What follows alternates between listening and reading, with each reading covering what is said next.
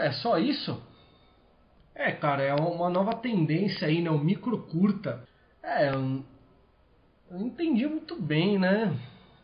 Como assim não entendeu? É uma adaptação literária, cara. Ah, tá. Tá claro, é uma adaptação do Novo Testamento. Não, cara! É uma adaptação da Rapunzel! Olá, amigos e amigas do Rebu. Esse é o último vídeo da série Adaptações aqui do nosso quadro 10 Minutos de Rebu. Aquele quadro que, como vocês já bem sabem, não tem 10 minutos de duração por nada desse mundo. Então, portanto, pegue seu café, pegue sua cerveja e pegue aquele suco de groselha e vamos para mais um vídeo. Bem, hoje, como vocês podem ter percebido aí pela nossa entradinha, a gente vai fechar aqui a nossa conta falando daqueles filmes que são adaptações, mas são adaptações esquisitas, adaptações estranhas. Pelo menos, né, as adaptações mais estranhas que eu conheço do cinema. E aqui seria, no caso, certamente aqueles filmes peculiares, né, onde a estética envolve algumas questões aí dos próprios diretores e que, se caso você assistisse algum desses filmes, seria muito difícil você captar de imediato qual é a adaptação da obra que você está assistindo. Bem, a gente vai começar aqui então pelo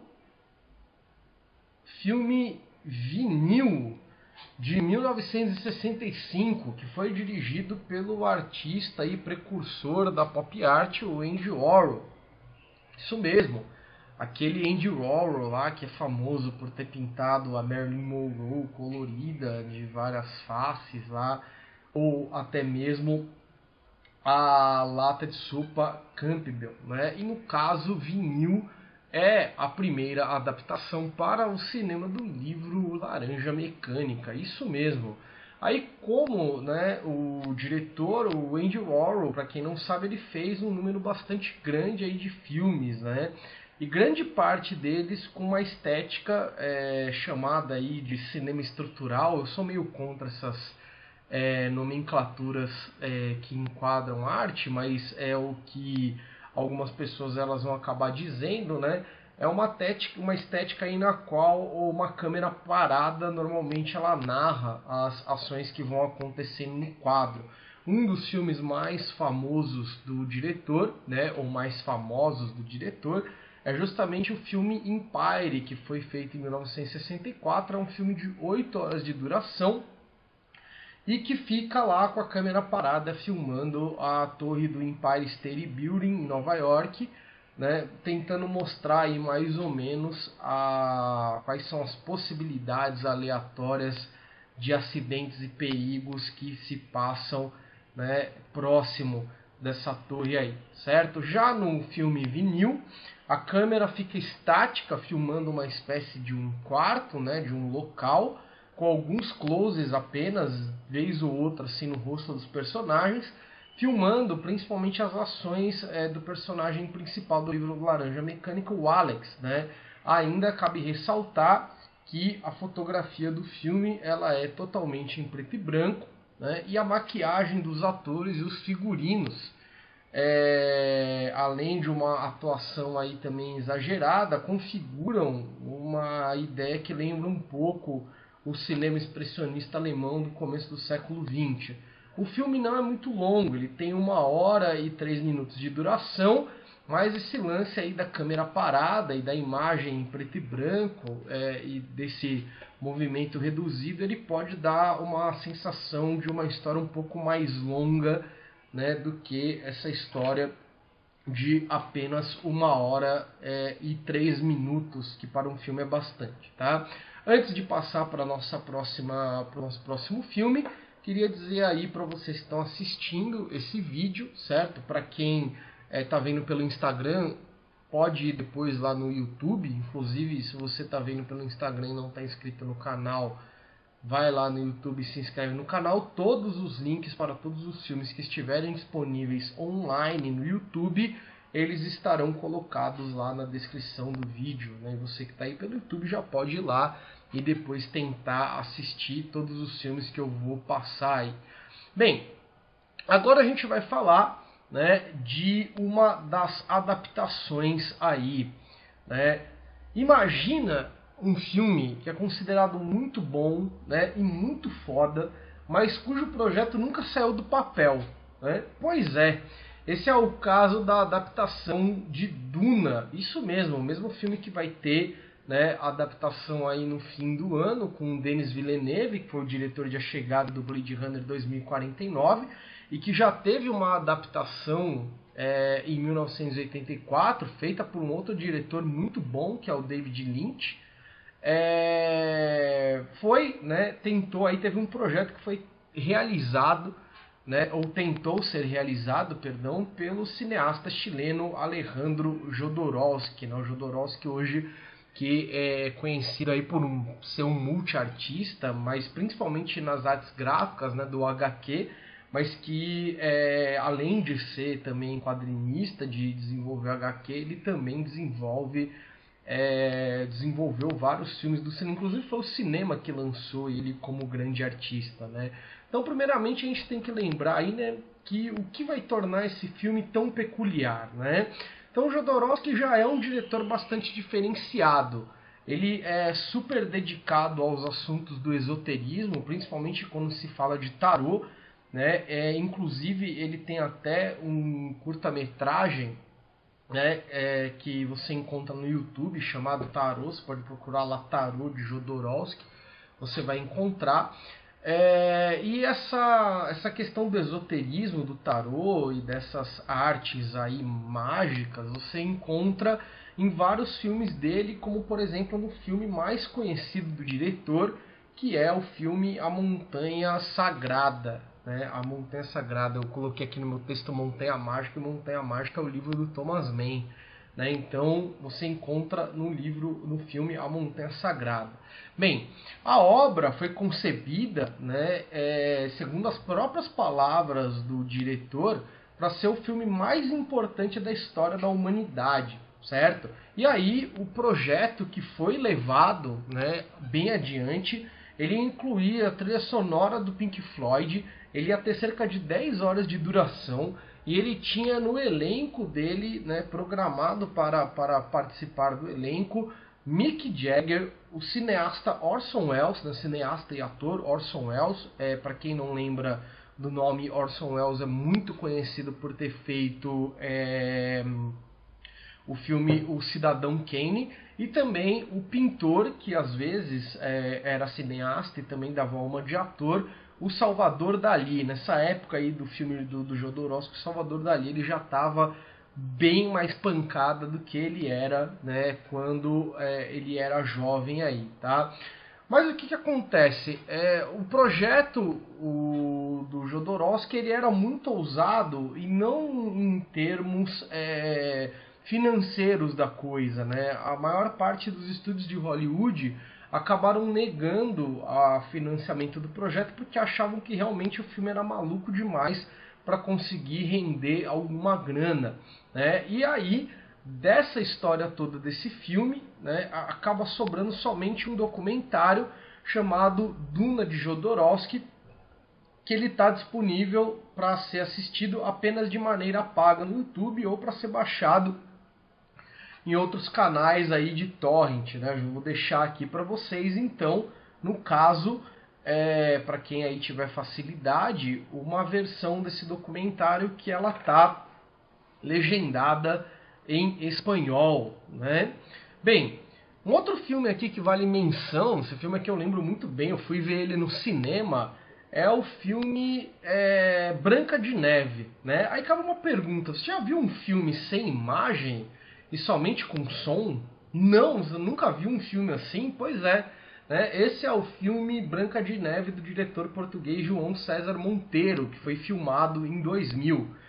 Na verdade, a gente tem que lembrar aqui que esse filme ele não é bem uma adaptação literária do conto da Branca de Neve, mas ele se trata, né, de uma continuação da história do Contos de Fada, onde o diretor ele vai mostrar que, na verdade, a Branca de Neve ela é uma pessoa má, ela não é a pessoa boa da historinha. O filme tem 1 hora e 12 minutos de duração, mas essa estética ela acaba também fazendo com que a experiência do filme ela seja um pouco mais longa do que somente essa 1 hora e 12 minutos. E aí é legal porque a proposta, né, ela está relacionada com a característica principal dos contos de fada, que é fazer você ver, né, a história, certo? Aí, como é lógico, não tem o narrador, mas você vai ver lá a história, vai ouvir os barulhos do filme, vai ouvir os personagens falando, né? Para você tentar imaginar com a sua cabeça, né, quem que é a Branca de Neve, como que ela é, o que está acontecendo e tudo mais. Bem, o próximo filme aqui então chama-se Notícias da Antiguidade Ideológica, Marquis Eisenstein, O Capital. Filme de 2011, filmado aí pelo cineasta e produtor de TV alemão Alexander Kluge. Né? O Alexander Kluge ele não é um cara muito conhecido, então nem vou falar aqui nenhum filme que ele tenha feito, porque a maioria dos filmes que ele fez são conhecidos talvez na Alemanha, né? Aqui no Brasil quase nenhum desses. Esse filme ele é conhecido um pouco aqui no Brasil, o Notícias da Antiguidade Ideológica, porque ele foi exibido no Sesc Pinheiros, aqui em São Paulo, uma certa vez quando teve um seminário de 4, 5 dias lá, envolvendo várias personalidades da esquerda, né, socialistas, esquerda progressista lá no Sesc, né, chamava Seminário Revoluções, e um dos dias ele foi dedicado especialmente ao lançamento e à exibição desse filme aí. Bem, o filme é de 2011, ele foi dirigido pelo Alexander Kluge, como eu já falei, né? E aí tem que lembrar aqui que essa ideia ela não é do Alexander Kluge, né? Mas ela é do cineasta soviético Sergei Eisenstein, esse sim já um pouco mais conhecido, né? Filmou aí Outubro, Encouraçado Potemkin, inclusive a cena do Encouraçado Potemkin da escadaria de Odessa é uma das cenas mais replicadas na história do cinema, aquela que tem um carrinho de bebê descendo sozinho uma escada, né? Essa cena aí ela aparece em milhares de filmes da história do cinema, certo?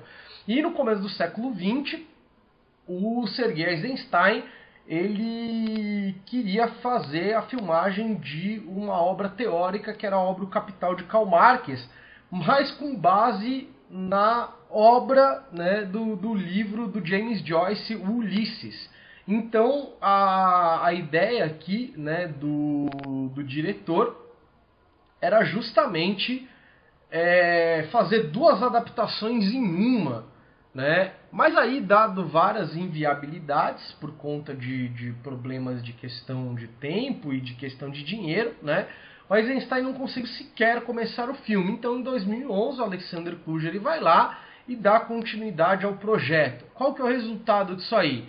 Um filme de 9 horas de duração, com várias imagens e encenações que aparentemente são desconexas, mas que surpreendentemente conseguem captar pelo menos a essência do livro e das principais ideias do livro O Capital, do Karl Marx, tá? Na descrição, a gente tem 3 links do filme, tem a parte 1, a parte 2 e a parte 3. Mas eu tenho uma certa impressão de que a parte 2 ela tá faltando um pedaço, porque o filme tem 9 horas de duração e as 3 partes juntas elas não têm 9 horas de duração, certo? Mas caso aí você consiga, né, depois encontrar no YouTube, ou até eu mesmo dou uma arrumada nisso aí e coloco lá direito para vocês. Por fim, aqui a gente vai falar de um filme, né, que depois eu acabei pensando, não sei se ele é peculiar, se ele não é, mas eu vou colocar porque é um filme que eu gostei bastante, né, e vale a pena, certo? Falar sobre ele. Bem, a gente vai começar aqui então falando sobre o Dostoiévski, né, o Dostoiévski que teve uma série, tem ainda, né, uma série sobre o Dostoiévski no nosso Instagram. Para você que está vindo no YouTube, corre lá no Instagram para acompanhar, né, o Rafael aí, um amigo nosso está fazendo, né, a resenha de algumas obras, não todas as obras do Dostoiévski, né? Mas o livro do Dostoiévski, aí, Crime e Castigo, sem dúvida é um clássico da literatura, né? E assim como qualquer outro clássico da literatura, ele já foi adaptado para o cinema, e nesse caso várias vezes. Eu encontrei pelo menos 4 adaptações, né, na internet do filme Crime e Castigo, 1930, 1970, 2011, né? Porém, certo? Aqui a gente vai falar de Norte, O Fim da História, que é o filme do diretor filipino Lavi Dias. Inclusive, né, o Lavi Dias é um dos meus diretores favoritos da atualidade. E esse filme Norte, O Fim da História, é um filme sem igual, né? Primeiramente porque ele foge das demais adaptações comuns. Primeiro, ele traz o filme, né, a história, para os tempos atuais, certo? Ele foge das adaptações comuns do Crime e Castigo, né, não das adaptações comuns dos outros filmes, né? Inclusive, eu acabei de lembrar agora de uma adaptação do Shakespeare que é bem interessante. Mas agora não dá tempo de colocar no vídeo, né? Eu vou deixar para uma outra ocasião. Vou deixar vocês com uma pulguinha atrás da orelha sobre qual adaptação que é essa, né? Então ele tem das adaptações comuns do Crime e Castigo, né? Que trazendo a história para o tempo atual, né? E aí sim já é diferente, né? Um pouco diferente para o seu próprio país, onde a trama que envolve as crises dos Raskolnikov, né? Que é o personagem principal, aqui é encenada por um personagem que é chamado de Fabian.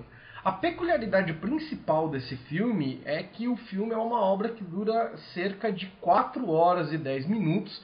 E aí vai ser estranho porque é o filme mais curto do diretor, né? É o filme mais curto e mais normal do diretor, isso que é maluco, né? É um filme bastante longo se comparado aos filmes mais comuns, né? E a gente tem aí uma grande quantidade de cenas em que a câmera em plano aberto, certo? Ou seja, aquela cena que filma o cenário todo, né? Acontece várias vezes no filme, principalmente as que contemplam a zona rural e a dor e o sofrimento das pessoas que moram na região aí na zona rural das Filipinas, uma vez que o filme ele vai fazer um contraste aí também entre o rural e o urbano através do personagem Fabian, né, e uma família lá da zona rural da qual ele se envolve aí na história, que eu não vou contar o que é para dar spoiler, né? Os filmes aí todos que eu falei, exceto o do Jodorowsky, estão todos aí disponíveis online no YouTube de graça para vocês assistirem, certo? Bem, pessoal, então esse foi o nosso vídeo de hoje, né? Espero que vocês tenham gostado aí dessas adaptações, certo? E eu gostaria aí que você contasse para mim qual a adaptação do cinema você conhece aí que ela é esquisitona, certo? Esse foi o nosso vídeo de hoje, até o próximo.